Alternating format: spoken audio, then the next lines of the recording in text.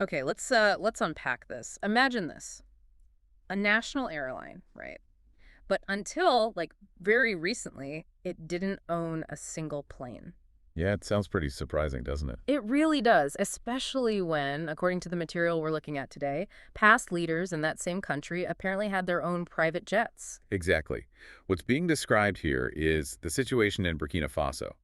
We're talking about their aviation industry, specifically Air Burkina, the national airline. Right. And our source paints this picture of, well, total dependence on leasing aircraft from the West specifically. And it wasn't just leasing. The source makes a point of saying they were paying, quote, huge amounts of money for this. Huge amounts. And get this, the source even calls the whole setup pathetic. That's strong language, highlighting that the national carrier owned literally zero aircraft. It really underscores that dependency, doesn't it?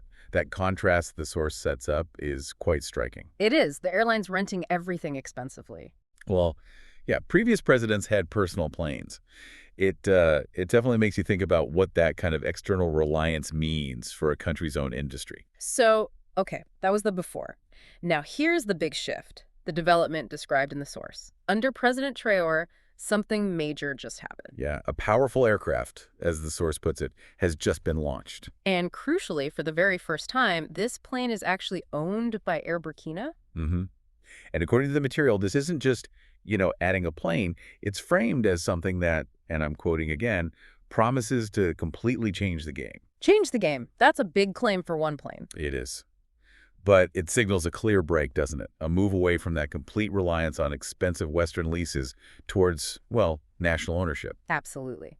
So that's our mission for this deep dive, right? Using only the source material you got here, we want to figure out what this change going from zero ownership to finally owning a plane, what that really signifies. And explore the questions the source itself kind of brings up about it all. Exactly. So let's dig into that term that the source used, pathetic, and the dependency.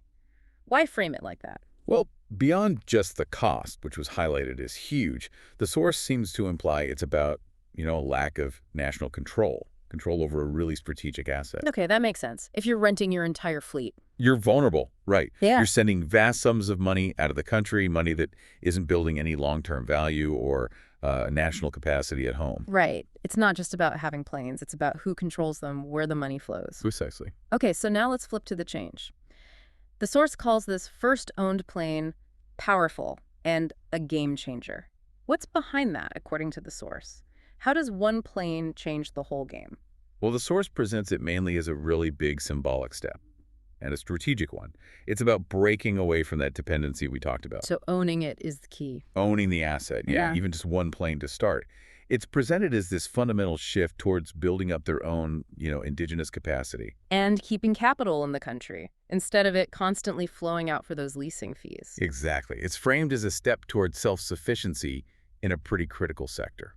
So the source sees it less as just like an operational upgrade and more as a statement of intent. This seems to be the angle, yes.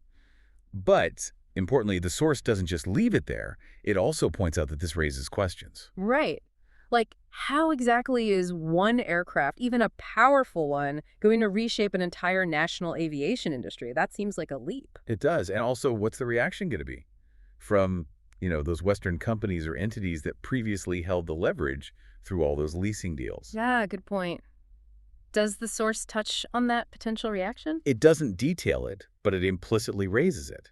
Those are the critical uncertainties the source kind of leaves hanging, Yeah. while it frames the purchase very positively. It makes you wonder about the practicalities. How do you scale this up? And yeah, the geopolitics of it all. What happens when a country tries to assert more control like this? Those are exactly the points the source prompts you to consider. So wrapping this up, what should you, the listener, take away, thinking about the source material we've discussed? Yeah, what does this specific step, a national airline owning its first plane after total dependency, what does that represent in the bigger picture? Especially for other countries maybe trying to navigate similar dependencies, relying on external powers for essential infrastructure. Right. What could be the wider implications, good and bad, perhaps, Yeah. of shifting away from just leasing towards actually owning these key assets? It definitely gives you a lot to mull over about economic strategy, national sovereignty, and what real independence looks like in practice.